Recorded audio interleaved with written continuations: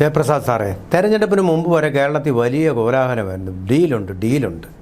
ഈ ഡീല് BJPയും CPMും തമ്മിലാണെന്ന് കോൺഗ്രസ് പറയുന്നു. അത് കോൺഗ്രസും BJPയും തമ്മിലാണെന്ന് CPM തിരിച്ചും പറയും. പക്ഷേ ഇപ്പോൾ തെരഞ്ഞെടുപ്പ് കഴിഞ്ഞ ഫലത്തിൻ്റെ അന്തിമ വിശകലനത്തിൽ തെളിയുന്നത് മഞ്ചേശ്വരത്ത് സ്വയം കെട്ടിവെച്ച കാശ് നഷ്ടപ്പെടുത്തിക്കൊണ്ട് BJPയെ തോൽപ്പിക്കാൻ CPM ശ്രമിച്ചു. പാലക്കാട്ട് അതുപോലെ ശ്രമം നടന്നു. നേമത്ത് അതുപോലെ ശ്രമം നടന്നു, പരാജയപ്പെട്ടു. അപ്പോൾ ഇതിൻ്റെ അന്തിമ ഒരു വിശകലനത്തിൻ്റെ ഒരു സ്റ്റാറ്റിസ്റ്റിക്സ് നമുക്കൊന്ന് ജനങ്ങളുമായിട്ട് പങ്കുവച്ചാലോ? BJPക്ക് ഏറെ വിജയപ്രതീക്ഷ ഉണ്ടായിരുന്ന 3 മണ്ഡലങ്ങൾ, പൊതു ചർച്ചകളിൽ നിറഞ്ഞു നിന്ന 3 മണ്ഡലങ്ങളാണ് മഞ്ചേശ്വരം, പാലക്കാട്, നേമം. A ക്ലാസ് മണ്ഡലങ്ങൾ അല്ല, മറ്റു പല മണ്ഡലങ്ങളുണ്ട്. ഇപ്പോൾ തന്നെ കഴക്കൂട്ടം ഉൾപ്പെടെയുള്ള നിരവധി മണ്ഡലങ്ങളുണ്ട്. പക്ഷേ എന്നാലും ഏറ്റവും കൂടുതൽ ചർച്ച ചെയ്യപ്പെട്ട മണ്ഡലങ്ങളിൽ പെടുന്ന 3 മണ്ഡലങ്ങളിൽ വ്യക്തമായ ലെഫ്റ്റ്, കോൺഗ്രസ്, ഇസ്ലാമിസ്റ്റ് ഗൂഢാലോചന നടന്നിട്ടുണ്ടെന്നുള്ളതിന് കണക്കുകളിലൂടെ നമുക്ക് മനസ്സിലാകും.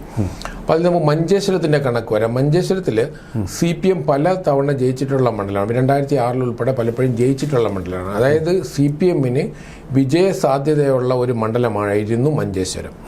പക്ഷേ ക്രമേണ BJPയുടെ വിജയസാധ്യത വർദ്ധിക്കുകയും BJP ജയസാധ്യത ഉണ്ടാകുന്ന അവസരങ്ങളിൽ നമുക്കറിയാമല്ലോ, 2016 85 വോട്ടിൻ്റെ കുറവിലാണ് സുരേന്ദ്രൻ തോൽക്കുന്നത്. 2021 അത് ഏതാണ്ട് 850 വോട്ടിൻ്റെ വ്യത്യാസത്തിലാണ് പോകുന്നത്. നേരിയ വോട്ടിനാണ് BJP അവിടെ തോൽക്കുന്നത്. അതുകൊണ്ട് നമ്മുടെ മാധ്യമങ്ങളിലും ചർച്ചകളിലൊക്കെ തന്നെ ആദ്യ ഭാഗത്ത് സുരേന്ദ്രന് വലിയ മേൽക്കോയ്മ കൊടുക്കും. അത് മറ്റ് വോട്ടുകളെ ഏകീകരിക്കുന്നതിന് വേണ്ടിയിട്ടുള്ള ഒരു ശ്രമമാണ് ഈ പ്രചാരണം. അപ്പോൾ ഈ തെരഞ്ഞെടുപ്പിലും അത് തന്നെ നടന്നു. ഉദാഹരണത്തിന് 2021 നിയമസഭാ തെരഞ്ഞെടുപ്പിൽ മഞ്ചേശ്വരത്ത് CPMന് ലഭിച്ചത് 40,639 വോട്ടായിരുന്നു. അതായത് 23.5% വോട്ടാണ് മഞ്ചേശ്വരത്ത് CPMന് ലഭിച്ചത് 2021. 2026 ആകുമ്പോഴത്തേക്കും, അതായത് നമുക്കറിയാലോ, നമ്മൾ ഇവരുടെ CPMൻ്റെ അവകാശം പ്രകാരം പിണറായി വിജയൻ സർക്കാരിന് അനുകൂലമായി, വികസനത്തിന് അനുകൂലമായി ജനങ്ങൾ വോട്ട് ചെയ്യണമെന്ന് പറഞ്ഞ ആ തെരഞ്ഞെടുപ്പിൽ 2026 CPMന് ലഭിച്ച വോട്ട് 40,639 നിന്ന് 21,210 അത് കുറഞ്ഞു. അതായത് വെറും 11.2% വോട്ടാണ് CPMന് ലഭിച്ചത്. മാത്രമല്ല, ചരിത്രത്തിൽ ആദ്യമായിട്ട് CPMന് അവിടെ കെട്ടിവെച്ച തുകയും നഷ്ടമായി എന്നുള്ളതാണ്. അപ്പം മുസ്ലിം ലീഗ് അവിടെ അവരുടെ വിജയം നിലനിർത്തി എന്നുള്ളത് ആണ് അവിടെ വരുന്നത്. BJP ജയിക്കാതിരിക്കാനുള്ള വലിയ ഗൂഢാലോചനയാണ് മഞ്ചേശ്വരത്ത് നടന്നത്. അപ്പം ആ തരത്തിൽ നമ്മൾ ഈ സ്വയം ബലി കൊടുത്തുകൊണ്ടാണ്, അതായത് CPM സ്വയം ബലി കൊടുത്തുകൊണ്ടാണ് അവർക്ക് 3ാം സ്ഥാനം പോലും, മാന്യമായ 3ാം സ്ഥാനം പോലും അർഹിക്കുന്നില്ല എന്ന് സ്വയം പ്രഖ്യാപിച്ചുകൊണ്ട് എന്ത് വില കൊടുത്തും BJPയുടെ മുന്നേറ്റം തടയുക, സുരേന്ദ്രൻ്റെ വിജയം തടയുക എന്നുള്ള ഒരു കഠിനമായ ശ്രമം, അതിൽ വലിയൊരു ഗൂഢാലോചന അതിൻ്റെ പുറകിൽ നടന്നിട്ടുണ്ട്. അതിൽ വലിയ വിജയം അവർ വരിച്ചു. അവസാന നിമിഷത്തിൽ SDP പിന്തുണ UDFന് കൊടുക്കുക. അതെ, SDP അവിടെ UDFന് പിന്തുണ പിൻവലിക്കുന്ന സാഹചര്യം വന്ന് പരസ്യമായിട്ട്. ഞാനീ പറഞ്ഞത് ഇടത് കോൺഗ്രസ് ഒരു ജിഹാദി കൂട്ടുകെട്ട് ഈ മണ്ഡലങ്ങൾ, അത് BJP എന്ന് പറയുന്ന വലിയ വിപത്തിനെ തടയാനെന്നുള്ള ന്യായീകരണത്തോടെയാണ് ഇത് നടക്കുന്നത്. അപ്പം നമ്മൾ പലപ്പോഴും ഇതൊരു സീരിയസ് ആയ ഒരു അഫയറായിട്ട് കണക്കാക്കില്ല. ഞാനിത് തിരഞ്ഞെടുപ്പിൽ ഇടതുപക്ഷത്തിൻ്റെ വോട്ടിൻ്റെ ചാഞ്ചാട്ടം, അതിൽ പാലക്കാടും മഞ്ചേശ്വരത്തും ഇടതുപക്ഷത്തിൻ്റെ വോട്ടിലാണ് ചാഞ്ചാട്ടം ഉണ്ടായെങ്കിൽ നേമത്ത് കോൺഗ്രസിൻ്റെ വോട്ടിലാണ് ചാഞ്ചാട്ടം ഉണ്ടായത്. അപ്പോൾ അതുകൊണ്ടാണ് ഞാൻ ഇത് സൂചിപ്പിച്ചത്. ഇതിൽ ഈ BJP എന്ന് പറയുന്ന പൊതു ശത്രു എന്നുള്ള തലത്തിൽ പറയുകയും ന്യൂനപക്ഷങ്ങളുടെ ഇടയിൽ വലിയ ഭീതി പരത്തിക്കൊണ്ട്, അപ്പം ന്യൂനപക്ഷ വോട്ടുകളെ പരിപൂർണമായിട്ടും ഏകീകരിച്ചുകൊണ്ട് അത് ഇടത് വലത് വിജയങ്ങൾക്ക് ഉപയോഗിക്കുക എന്നുള്ളതാണ്. അതിൽ നേമത്തെ വരുമ്പോഴത്തേക്കും ഇത് ഇടതുപക്ഷത്തിന് അനുകൂലമായിട്ടാണ് ഈ വോട്ടുകൾ മാറിയത്. പാലക്കാടും മഞ്ചേശ്വരത്തും UDFന് അനുകൂലമായിട്ട് മാറി. ഇപ്പം ഉദാഹരണത്തിന് പാലക്കാട് വരുമ്പോഴത്തേക്കും, പാലക്കാട് 2024 ഉപതെരഞ്ഞെടുപ്പിൽ BJPക്ക് ലഭിക്കുന്നത് 39,549 വോട്ടുകളാണ്. അത് ശോഭാ സുരേന്ദ്രൻ, 49,054 വോട്ടാക്കി അത് ഉയർത്തി. അതായത് 10,000 വോട്ടുകളാണ് BJPക്ക് 2024 നിന്ന് 2026 ഉണ്ടാകുന്നത്. അപ്പോൾ നമ്മുടെ ഇടതുപക്ഷത്തിൻ്റെ വോട്ട് 37,156 വോട്ടാണ് അവിടെ ഇടതുപക്ഷ സ്ഥാനാർത്ഥിക്ക് ലഭിച്ചത് 2024 ഉപതെരഞ്ഞെടുപ്പിൽ. അത് 33,931 വോട്ടായിട്ട് കുറഞ്ഞു. അതായത് വളരെ വ്യക്തമായി നമുക്ക് കാണാം CPMൻ്റെ വോട്ടുകൾ ഇവിടെ കോൺഗ്രസിലേക്ക് പോയി എന്നുള്ളതാണ്. കോൺഗ്രസിൻ്റെ വോട്ട് 58,389 രാഹുൽ മാങ്കൂട്ടത്തിന് ലഭിച്ചത്. അത് ഇത്തവണ പിഷാരടിക്ക് 62,199 4,000 കൂടെ കൂടി. അപ്പോൾ കോൺഗ്രസിൻ്റെ വോട്ട് കൂടി. BJP 10,000 വോട്ട്, അതായത് ശോഭാ സുരേന്ദ്രൻ്റെ വ്യക്തിപരമായ വോട്ടും BJPയുടെ പ്രവർത്തന ഫലമായിട്ട് 10,000 വോട്ടുകൾ BJP വർദ്ധിക്കുകയും നമ്മുടെ മാധ്യമങ്ങളിൽ ശോഭാ സുരേന്ദ്രന് വിജയസാധ്യത ഉണ്ടെന്നുള്ള ഒരു തരത്തിലുള്ള ചർച്ചകളൊക്കെ ഉണ്ടാവുകയും ചെയ്ത സാഹചര്യത്തിൽ ഈ പറഞ്ഞ തരത്തിലുള്ള ഒരു ഇടത് കോൺഗ്രസ് ജിഹാദി കൂട്ടുകെട്ട് വളരെ ശക്തമായ രീതിയിൽ അവിടെ പ്രവർത്തിച്ചു. അതിൻ്റെ ബെനിഫിഷ്യറിയായി മാറിയത് അവിടെ UDF ആണ്, കോൺഗ്രസ് ആണ്. മഞ്ചേശ്വരത്ത് UDFൻ്റെ സ്ഥാനാർത്ഥിയായ മുസ്ലിം ലീഗാണ് അതിൻ്റെ ബെനിഫിഷ്യറിയായി മാറിയത്. അവിടെ മഞ്ചേശ്വരത്ത് CPM സ്വയം ബലി കൊടുക്കുകയാണ് ചെയ്തത്. അതായത് കേരളത്തിലെ 140 മണ്ഡലങ്ങളിൽ ഒരു മണ്ഡലത്തിലാണ് ഇടതുപക്ഷത്തിന് കെട്ടിവെച്ച തുക നഷ്ടപ്പെട്ടത്. അത് മഞ്ചേശ്വരത്താണ്. അത് BJPയെ തോൽപ്പിക്കാനാണ്. അതിൽ CPM ഒരർത്ഥത്തിൽ വിജയിച്ചു, സ്വയം ബലി കൊടുത്തുകൊണ്ട് അവർ വിജയിച്ചു എന്ന് വേണമെങ്കിൽ പറയാം. ഇനി നിയമത്തേക്ക് വരുമ്പോഴത്തേക്കും നിയമത്തിൽ ഇവിടെ ഇതിൻ്റെ ബെനിഫിഷ്യറി നമ്മുടെ LDF ആയിരുന്നു, ശിവൻകുട്ടിയായിരുന്നു. അപ്പോൾ നിയമത്തിൽ കോൺഗ്രസ് 2021 നിയമത്ത് കോൺഗ്രസിന് ലഭിക്കുന്നത് 36,524 വോട്ടായിരുന്നു കെ മുരളീധരൻ.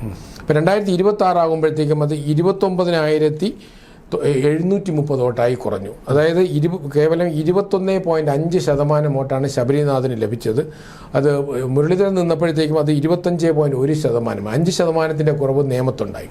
അപ്പോൾ ഈ വോട്ടുകൾ എവിടെയാണ് പോയെന്ന് നമ്മൾ ഇവിടെ വേറൊരു പ്രധാനപ്പെട്ട ചോദ്യമുണ്ട്. കേരളം ഒട്ടാകെ ഒരു തരംഗം അലയടിക്കുമ്പോൾ നേമത്തെ സ്ഥാനാർത്ഥി എന്തുകൊണ്ട് ആ തരംഗത്തിന്റെ ഭാഗമായിട്ട് വോട്ട് കൂട്ടിയില്ല? ഞാൻ പല നിരീക്ഷകരും പറഞ്ഞതുപോലെ, ഞാൻ ഉദാഹരണത്തിന് ചില മുഖ്യധാര ചാനലുകളിൽ ഉൾപ്പെടെ നിയമത്തിൽ തവണ വലിയ മാറ്റം കോൺഗ്രസിനുണ്ടാകുമെന്ന് എന്നുള്ള രീതിയിൽ അവർ പറഞ്ഞിരുന്നു. അതിന് പ്രധാന കാരണം കേരളത്തിലെ സർക്കാരിനെതിരായ വലിയൊരു ജനരോഷമുണ്ട്, ഒരു സുനാമി മറ്റു മണ്ഡലങ്ങളിലൊക്കെ ഉണ്ടായി. അപ്പം നേമത്തെ എവിടെ ഈ സുനാമി ഇല്ലാതായി പോയി. നേമത്തെ സുനാമി ഇടതുപക്ഷത്തിന് അനുകൂലമായി മാറി. അവിടെ ഇടതുപക്ഷം വിജയിക്കാത്തത് BJPയുടെ കഠിനമായ അധ്വാനം കൊണ്ടും ജനങ്ങൾ ഈ ഗൂഢാലോചന തിരിച്ചറിഞ്ഞത് കൊണ്ടുമാണ്. അപ്പം നേമത്തെ സംബന്ധിച്ചിടത്തോളം ശ്രീ രാജീവ് ചന്ദ്രശേഖരൻ അവിടെ വിജയിക്കാൻ കഴിഞ്ഞത് ഈ ഇടത് കോൺഗ്രസ് ജിഹാദി ഗൂഢാലോചനയെ മുൻകൂട്ടി അറിഞ്ഞുകൊണ്ടുള്ള പ്രവർത്തനം നടത്തുകയും അത് ജനങ്ങൾ അതനുസരിച്ച് ഉണർന്ന് പ്രവർത്തിക്കുകയും ചെയ്തു എന്നുള്ളതാണ്. മറ്റൊരു പ്രത്യേകത, 22 കോർപ്പറേഷൻ വാർഡുകളാണ് നേമം നിയോജക മണ്ഡലത്തിലുള്ളത്. ഇതിൽ 22 കോർപ്പറേഷൻ വാർഡിലും 21 കോൺഗ്രസ് 3-ാം സ്ഥാനത്താണ്. അതിൽ ഒരു വാർഡിൽ മാത്രമേ 2-ാം സ്ഥാനത്ത് വന്നിട്ടുണ്ട്. ന്യൂനപക്ഷ മേഖലകളിലെല്ലാം തന്നെ ഇടതുപക്ഷത്തിനാണ് കൂടുതൽ വോട്ട് ലഭിച്ചിരിക്കുന്നത്. അപ്പം BJPക്ക് മേൽക്കോയ്മ മിക്കവാറും എല്ലാ വാർഡുകളിലും ഉണ്ടായിട്ടുണ്ട്. പക്ഷേ എന്നാൽ പോലും നമുക്ക് വളരെ വ്യക്തമായിട്ട് നമ്മുടെ ഈ രാഷ്ട്രീയ ഗൂഢാലോചന നമുക്ക് തിരിച്ചറിയാൻ പറ്റും. ഞാനിപ്പോൾ UDFും LDFും ചേർന്നുകൊണ്ട് BJPയെ തോൽപ്പിക്കുന്നതിനോട് എനിക്ക് വിയോജിപ്പൊന്നുമില്ല. കാരണം അത് രാഷ്ട്രീയമായിട്ട് അത്തരം കൂടുന്നതിൽ തെറ്റൊന്നുമില്ല. പക്ഷേ ഇവിടെ അങ്ങനെയല്ല. ഇവിടെ ഒരു കമ്മ്യൂണൽ എലിമെൻറ്റിനെയാണ് ഈ 3 മണ്ഡലങ്ങൾ, നേമത്തും പാലക്കാടും മഞ്ചേശ്വരത്തും ഇസ്ലാമിക വർഗീയതയെ കൂട്ടുപിടിച്ചാണ് ഇടത് വലത് മുന്നണികൾ BJPയെ പരാജയപ്പെടുത്താൻ ശ്രമിച്ചത്. അത് പാലക്കാട് വർഗീയ കക്ഷിയാണെന്നും പറഞ്ഞുകൊണ്ടാണ്. പാലക്കാടും മഞ്ചേശ്വരത്തും അതിലവർ വിജയിച്ചു. പക്ഷേ നേമത്ത് അത് വിജയിക്കാതെ പോയി. അപ്പോൾ ഇത് ഞാൻ കേരളത്തിലെ പൊതുസമൂഹം ഇത് കൂടുതൽ ചർച്ച ചെയ്യേണ്ട ഒരു വിഷയമാണ്. അവിടെ വേറൊരു കാര്യം കൂടെ, ഒരു പോയിന്റ് കൂടെ പറയാം. ശബരിനാഥൻ എന്ന് പറഞ്ഞാൽ നമ്പർ 1 കാൻഡിഡേറ്റാണ്. കോർപ്പറേഷൻ കവടിയാർ വാർഡിൽ ജയിച്ച ഒരാളും കൂടിയാണ്. ജനപ്രിയനായിട്ടൊരു സ്ഥാനാർത്ഥിയാണ്. G. കാർത്തികേയൻ്റെ മകനാണ്. എല്ലാം കൊണ്ടും നല്ലൊരു സ്ഥാനാർത്ഥിയായിട്ടും അദ്ദേഹം അവിടെ 3-ാം സ്ഥാനത്തേക്ക് അല്ലേ പോയി എന്നാണ് പറയുന്നത്. 3-ാം സ്ഥാനത്തേക്കല്ല, അദ്ദേഹത്തിന് ലഭിച്ച വോട്ട് കേവലം 21.5% എങ്ങനെ പറയാനിടയെ? അപ്പോൾ കേരളത്തിൽ വലിയൊരു UDF തരംഗമുണ്ടായിട്ട് വലിയൊരു UDF അനുകൂലമായ ഒരു അതായത് ഗവൺമെന്റിനെതിരായ ഒരു സുനാമി UDF അനുകൂലമായ തരംഗമായി മാറുന്നൊരു സാഹചര്യത്തിൽ നേമം നിയോജക മണ്ഡലത്തിൽ എന്തുകൊണ്ട് ഈ തരംഗം വന്നില്ല? അത് ശിവൻകുട്ടിയിലേക്ക് പോയി. പക്ഷേ BJP അതിനെ അതിജീവിച്ചു എന്നുള്ളതാണ് നേമത്തൊരു പ്രത്യേകത. പക്ഷേ പാലക്കാടും മഞ്ചേശ്വരത്തും ലെഫ്റ്റ് കോൺഗ്രസ് ജിഹാദി കൂട്ടുകെട്ട് വിജയിച്ചു എന്നുള്ളതൊരു യാഥാർത്ഥ്യമാണ്. അതിൽ നേമത്ത് കോൺഗ്രസ് ആണ് ബലി കൊടുത്തത് ശബരിനാഥിനെയാണ്. അതെ. പക്ഷേ മഞ്ചേശ്വരത്ത് CPM സ്വയം ബലി കൊടുത്തുകൊണ്ട് ആത്മഹത്യ ചെയ്തുകൊണ്ട് തന്നെ കെട്ടിവെച്ച പൈസ പോലും അവർക്ക് ലഭിക്കാത്ത സാഹചര്യം ഉണ്ടായിക്കൊണ്ട് മുസ്ലിം ലീഗിന് വലിയ വിജയം സംഭാവന ചെയ്ത് അത് UDFന് അനുകൂലമായി മാറുകയും ചെയ്യുന്നുള്ളൂ. അപ്പം ഇത് നമ്മൾ വരും നാളുകളിൽ നമ്മൾ കൂടുതൽ ചർച്ച ചെയ്യേണ്ടതാണ്. അപ്പം മറ്റ് മണ്ഡലങ്ങളിൽ ഉദാഹരണത്തിന് ആറ്റിങ്ങലാണെങ്കിലും കഴക്കൂട്ടത്ത് ഒക്കെ തന്നെ LDFന് അനുകൂലമായിട്ടായിരുന്നു ന്യൂനപക്ഷ വോട്ടുകൾ കേന്ദ്രീകരിച്ചത്. കാരണം അവിടെയൊക്കെ UDF പുറകിലേക്ക് 3ാം സ്ഥാനത്തേക്ക് പോയി. ഉദാഹരണത്തിന് കഴക്കൂട്ടത്ത് UDF 3ാം സ്ഥാനത്താണ്. ആറ്റിങ്ങലും കോൺഗ്രസ് മുന്നണി 3ാം സ്ഥാനത്താണ്. അപ്പം നമ്മൾ ശ്രദ്ധിക്കേണ്ട കാര്യം കേരളത്തിൽ ഒരു വലിയ തരംഗമുണ്ടാകുമ്പോൾ എന്തുകൊണ്ട് ആറ്റിങ്ങൽ കോൺഗ്രസ് 3ാം സ്ഥാനത്തായി, UDF 3ാം സ്ഥാനത്തായി, എന്തുകൊണ്ട് കഴക്കൂട്ടത്ത് UDF 3ാം സ്ഥാനത്തായി, എന്തുകൊണ്ട് കോൺഗ്രസ് ദയനീയമായിട്ട് ഒരു യുവ നേതാവിനെ നിർത്തിയിട്ടും നേമത്ത് പുറകിൽ പോയി? അപ്പം ഇതാണ് ഞാൻ നേരത്തെ സൂചിപ്പിച്ച ഒരു വലിയൊരു ഗൂഢാലോചന BJPയുടെ വിജയത്തെ തടയുന്നതിന് വേണ്ടിയിട്ട് ചെയ്തത്. അത് ഇടതുപക്ഷവും കോൺഗ്രസും ചില മണ്ഡലങ്ങളിലെങ്കിലും ആത്മഹത്യാ നിലപാടിലൂടെയാണ് അവർ ഈ തരത്തിലുള്ള ഒരു കാര്യം കൂടി ചോദിച്ചോട്ടെ അവസാനം നമ്മളിപ്പോൾ സമയമായതുകൊണ്ട്. അതായത് ഈ കള്ളക്കളി ഇല്ലായിരുന്നുവെങ്കിൽ, കോൺഗ്രസും CPMും തമ്മിലുള്ള ഈ ഡീലില്ലായിരുന്നുവെങ്കിൽ, ഈ ജിഹാദി കൂട്ടുകെട്ടില്ലായിരുന്നുവെങ്കിൽ ഒരു 30 സീറ്റെങ്കിലും കേരളത്തിൽ ഒരു BJPക്ക് അഡീഷണലായി ഇത് കൂടാതെ കിട്ടുമായിരുന്നു എന്നുള്ളതും വളരെ വ്യക്തമാണ്. അത് ഇടതുപക്ഷ കോൺഗ്രസ് ജിഹാദി കൂട്ടുകെട്ടില്ലായിരുന്നെങ്കിൽ തീർച്ചയായിട്ടും ആറ്റിങ്ങൽ മണ്ഡലത്തിൽ BJP ജയിക്കുമായിരുന്നു. പാലക്കാട് മഞ്ചേശ്വരത്തിലും തീർച്ചയായിട്ടും ജയിക്കുമായിരുന്നു. അതുപോലെ തന്നെ നമ്മുടെ കഴക്കൂട്ടം ഉൾപ്പെടെയുള്ള മണ്ഡലങ്ങളിൽ BJPക്ക് കൂടുതൽ വോട്ട് ലഭിക്കുമായിരുന്നു. കാരണം ആറന്മുളയിൽ ജയിക്കുമായിരുന്നു. അതുപോലെയാണ് ഞാൻ സൂക്ഷ്മമായി പഠിച്ചത് ഈ മണ്ഡലങ്ങളെയാണ്. ഈ മണ്ഡലങ്ങളിലാണ്, അതായത് നമ്മൾ ഒരു കേരളത്തിലെ 140 മണ്ഡലങ്ങളിലും ആഞ്ഞു വീശുന്ന ഒരു കൊടുങ്കാറ്റ്, നമ്മൾ പ്രതീക്ഷിച്ച ഒരു കൊടുങ്കാറ്റ് എന്തുകൊണ്ട് ചുരുക്കം ചില മണ്ഡലങ്ങളിൽ ഉണ്ടായില്ല? കോൺഗ്രസ് ആറ്റിങ്ങലും കഴക്കൂട്ടവും നേമമൊക്കെ അതിൻ്റെ വളരെ വ്യക്തമായൊരു ഒരു തെളിവാണ്. വളരെ ദയനീയമായ 3ാം സ്ഥാനത്താണ്. നമ്മൾ ത്രികോണ മത്സരം നേമത്തുണ്ടായില്ല, ഒരർത്ഥത്തിൽ കഴക്കൂട്ടത്തും ഒരു ത്രികോണ മത്സരം ഉണ്ടായിട്ടില്ല. അതുപോലെ തന്നെയാണ് നമ്മൾ ആറ്റിങ്ങൽ എടുക്കുമ്പോഴും നമുക്കൊരു ത്രികോണ മത്സരം എന്ന് പറയാൻ കഴിയില്ല. കാരണം UDF ആ തരത്തിൽ അവരുടെ വോട്ട് ഷെയർ വളരെയധികം കുറയുകയും ചെയ്തു. അപ്പം അതൊരു ടാക്ടിക്കൽ വോട്ടിംഗ് എന്നുള്ള തലത്തിൽ നമുക്ക് നിസ്സാരമായി കാണാൻ കഴിയില്ല.